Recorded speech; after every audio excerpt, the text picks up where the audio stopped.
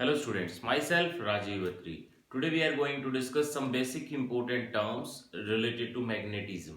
Students ये सारी terms हम पढ़ क्यों रहे हैं?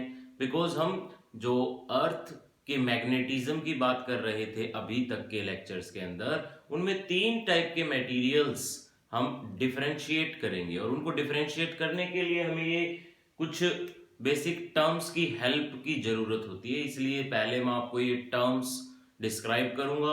आफ्टर दैट नेक्स्ट क्लास में हम हमारे तीन जो बेसिक मैग्नेटिक मटेरियल्स हैं उनके बारे में हम डिफरेंस सीखेंगे on the basis of this terms. Okay, so first term is magnetising field, second is magnetic induction, third one is magnetising force. अगर मैं इन सभी टर्म्स के लिए एक वर्ड यूज करूं जो है मैग्नेटाइजेशन, तो स्टूडेंट्स फर्स्ट ऑफ ऑल हमें ये समझना है कि ये वर्ड क्या है। हर एक टर्म मैग्नेटाइजेशन के लिए यहां पे हम पढ़ते हैं कि कौन सा मटेरियल किस टाइप की मैग्नेटाइजेशन हमें शो करता है। So first of all what is magnetisation? एक स्टूडेंट टीचर के रिलेशन से ही इसको समझते हैं।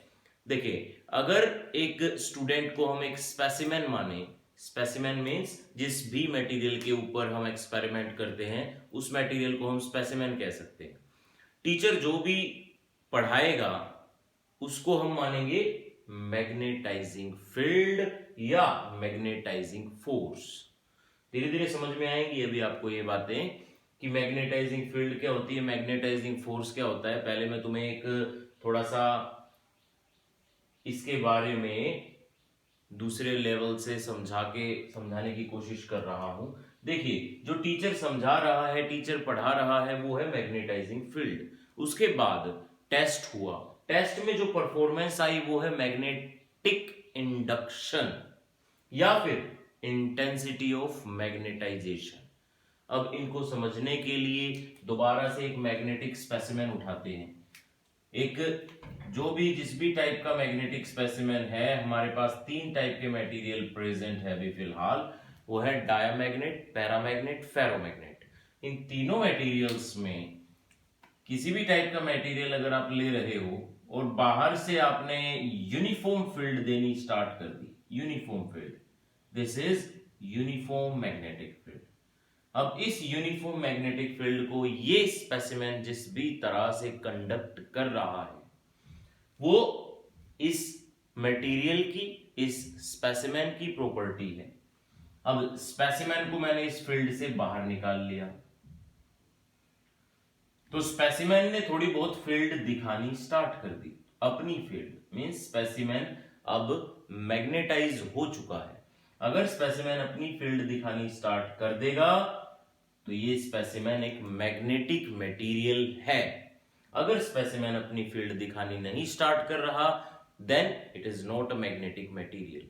मैग्नेटिक मटेरियल तीन प्रकार के होते, तीन टाइप्स के होते हैं। वो तीन टाइप कौन कौन से? Diamagnetic material, paramagnetic material, ferromagnetic material. इनके बारे में हमें बेसिकली डिफरेंस पढ़ना है और वो डिफरेंस इन टर्म्स को यूज करके पढ़ना है। सो स्टार्ट करते हैं। पहली टर्म मैग्नेटाइजेशन जो मैं बता रहा था। मैग्नेटाइजेशन क्या है? मैग्नेटाइजेशन किसी भी मटेरियल की एबिलिटी है। एबिलिटी क्या होने की एबिलिटी या क्या करने की ability? Ability to being magnetised. किसी भी मटेरियल की मैग्नेटाइज होने की कैपेबिलिटी को हम क्या कह सकते हैं? Magnetisation. Okay, now next one is magnetising field. Magnetising field क्या होती है स्टूडेंट्स? ये जो बाहर से ये ब्लू कलर की फील्ड लाइंस में दिखा रहा हूं, these field are magnetising field. जैसे कि मैंने बताया, जो एक टीचर किसी को पढ़ाता है वो क्या है? मैग्नेटाइजिंग फील्ड या उस टीचर का एक्सटर्नल एफर्ट। ये देखो, यहाँ पे स्पेसिमेन को मैग्नेटाइज करने के लिए एक्सटर्नल एफर्ट जो डाला जा रहा है वो ये है। इसको हम कैसे रिप्रेजेंट करेंगे? कोई भी मैग्नेटिक फील्ड या कोई भी स्पेसिमेन अगर आपको मैग्नेटाइज करना हो, याद रहे हम सोलेनोइड की हेल्प लेते हैं। ओके, और यहां पे भी इसको पढ़ने के लिए हम सोलेनोइड की हेल्प लेंगे। एक सोलेनोइड के अंदर मैंने एक स्पेसिमेन रख रखा है। इस सोलेनोइड के अंदर की जो फील्ड है, ये फील्ड जनरली हम कह सकते हैं कि मैग्नेटाइजिंग फील्ड है। इस फील्ड को हम कैसे लिख सकते हैं? Mu naught N I, mu naught N I. इस आई को मैं लिख रहा हूं आई एच। मैग्नेटाइजिंग फोर्स और मैग्नेटाइजिंग फील्ड, इन दोनों को हम सिमिलर मान के चलेंगे। छोटा सा डिफरेंस है इन दोनों में। ये जो B है, ओवरऑल वैल्यू, ये ओवरऑल वैल्यू तो बोली जाती है मैग्नेटाइजिंग फील्ड, बट अगर आप मीडियम डिपेंडेंट फैक्टर हटा दें और सिर्फ इस बात पे ध्यान करें कि इसकी जो फील्ड आ रही है according to Ampere's law, Ampere ने क्या सजेस्ट किया था इस बारे में? Total field is only and only depend on current loops, या इसके अंदर से कितने टोटल करंट लूप्स हैं वो कैसे बताएं हम? उसका हम डिस्ट्रीब्यूशन कांस्टेंट की हेल्प से, जो करंट लूप्स हैं उसको हम अगर डिस्क्राइब करना है तो डिस्ट्रीब्यूशन कांस्टेंट की हेल्प ले सकते हैं। जैसे कि अगर आपका डिस्ट्रीब्यूशन करंट लूप्स का पर यूनिट लेंथ के अक्रॉस है तो यहाँ पे स्मॉल एन कुछ भी हो सकता है। Small n can be total number per unit length, total number per unit area and total number per unit volume. इसको हम सिर्फ एक नाम देंगे डिस्ट्रीब्यूशन कांस्टेंट। अब किस पैटर्न में डिस्ट्रीब्यूट है हमारे कोई भी मटेरियल, यहां पे सोलेनोइड की नंबर ऑफ टर्न्स की बातें हो रही है। So only n into I, इसको हम क्या कहेंगे? Magnetising force. क्या अगर डिफाइन करना हो मैग्नेटाइजिंग फोर्स तो क्या होगा? Magnetising force the total number of ampere turn per unit length, this is our magnetising force. Okay, और मैग्नेटाइजिंग फील्ड क्या है? External magnetic field. Magnetising field को अगर आपको डिफाइन करना हो तो क्या है? एक्सटर्नल मैग्नेटिक फील्ड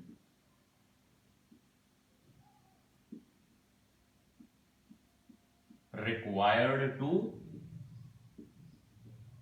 या provided for magnetising, required to magnetise a specimen.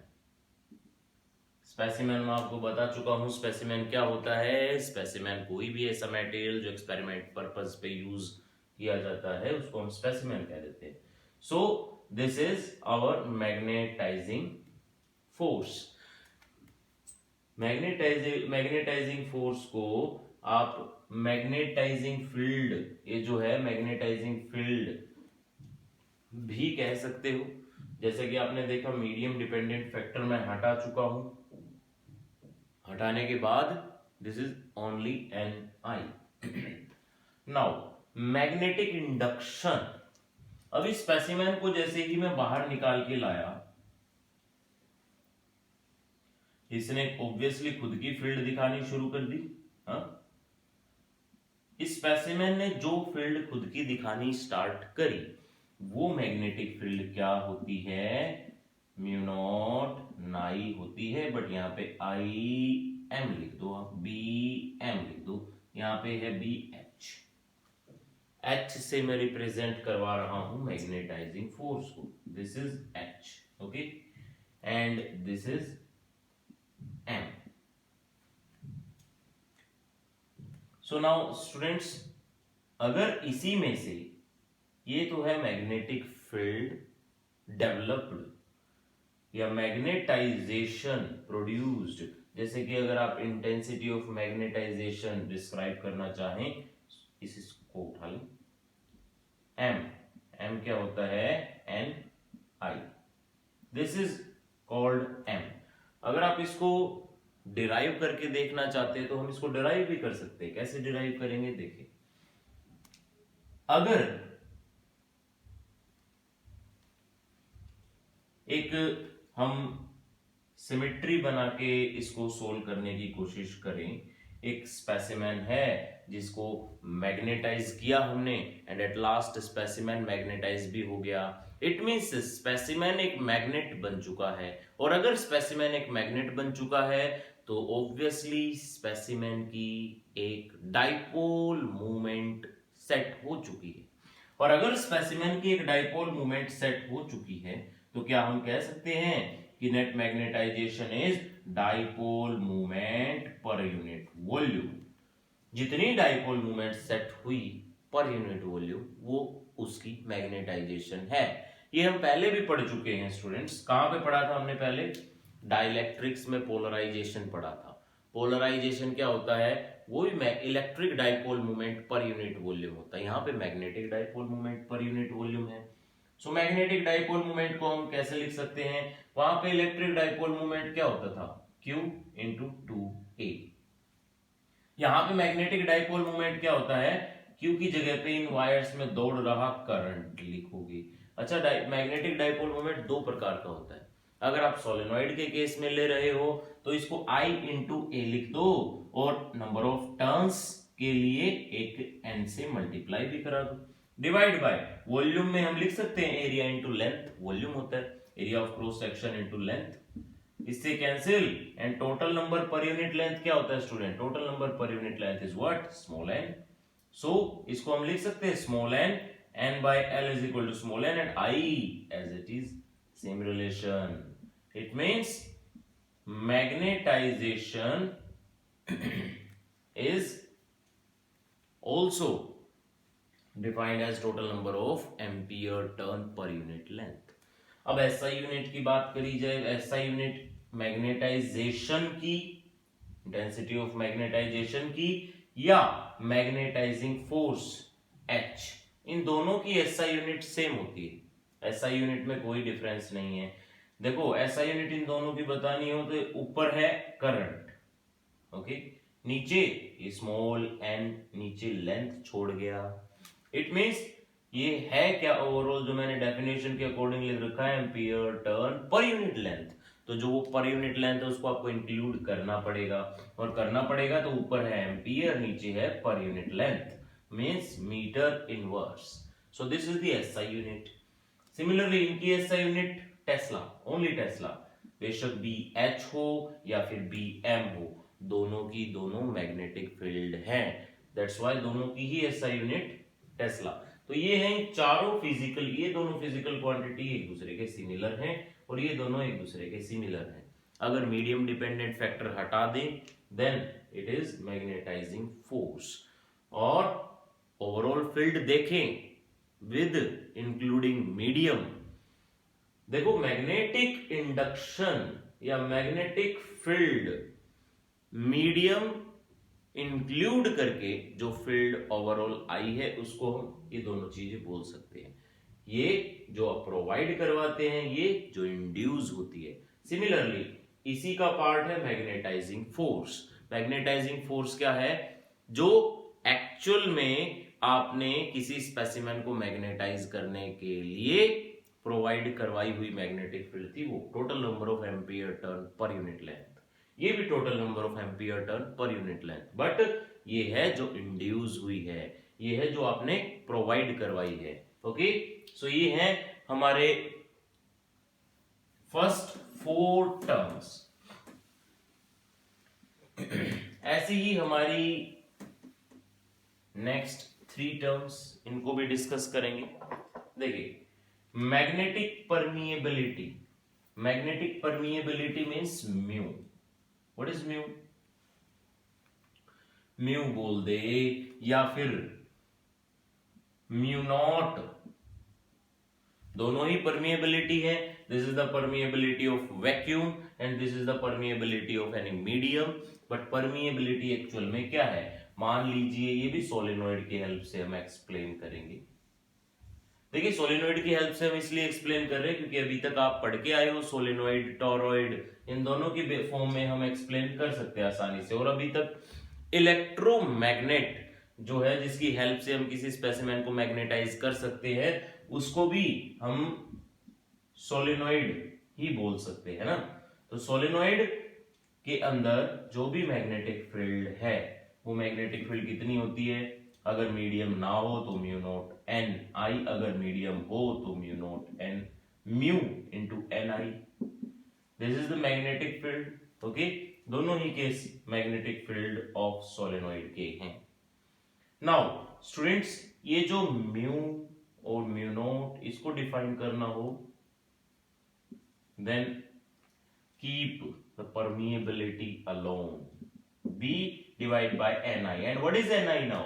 Ni देखो किसी स्पेसिमेन की फील्ड नहीं है, L ये जो Ni है ये हमारे सोलेनोइड के अंदर की फील्ड है जो यूज की जा सकती है किसी स्पेसिमेन को मैग्नेटाइज करने के लिए। सो हम इसको लिख सकते हैं B by H। परमिएबिलिटी की अगर डेफिनेशन चेक करनी है then it is B by H। Okay, B is the magnetic field, the magnetizing field to the magnetizing force. This is the ratio of magnetizing field to the magnetizing force. Now, students, SI unit.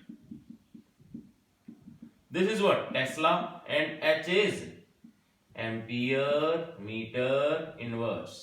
Reciprocal करके ऊपर अगर हम adjust करें इसको tesla metre ampere inverse. This is the SI unit for permeability. Now next term is relative permeability, mu r. What is mu are?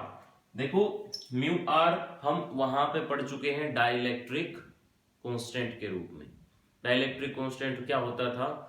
Permittivity of medium to the permittivity of free space या vacuum. यहां पे भी ये कुछ ऐसा ही है, ये वो डाया इलेक्ट्रिक था, ये डाया मैग्नेटिक है। Okay, mu divide by mu naught, mu divide by mu naught, permeability of medium to the permeability of free space. और ये एक unitless, dimensionless physical quantity है। यूनिटलेस, डायमेंशनलेस, बिकॉज जो unit tesla metre ampere inverse ऊपर आएगा और tesla metre ampere inverse ही नीचे आएगा। So that's why unitless and dimensionless. Now what is susceptibility? Magnetic susceptibility. Susceptibility भी मान लो जैसे मैं स्टूडेंट टीचर का एक एग्जांपल दे रहा था, जैसे कि एक स्टूडेंट है जो ज्यादा ही पढ़ पा रहा है। हाँ, पढ़ पा रहा है इसका मतलब उसकी मैग्नेटाइजेशन ज्यादा है as compared to magnetising force. किसी भी स्टूडेंट का एफिशिएंसी या किसी भी मटेरियल की आप एफिशिएंसी बोल सकते हो, किसको? ससेप्टिबिलिटी को। क्या है ससेप्टिबिलिटी? किसी भी मटेरियल की एफिशिएंसी क्या होती है? 11th क्लास में हम कारनोट इंजन की, रेफ्रिजरेटर की एफिशिएंसी निकाल के आए हैं। होती क्या efficiency? Output by input. Output क्या दिया? मैग्नेटाइजेशन, या इनपुट क्या दिया? Magnetising force. सो आप इसको लिख सकते हो कि एक्सटेंट ऑफ मैग्नेटाइजेशन। ये साई जो ससेप्टिबिलिटी है हमारा, बिकॉज हमने बताया था एम की एसआई यूनिट, एच की एसआई यूनिट, दोनों की क्या होती है? Ampere metre inverse. दोनों की एसआई यूनिट सेम, इसलिए हम लिख सकते हैं कि ये भी यूनिटलेस एंड डायमेंशनलेस है। ओके,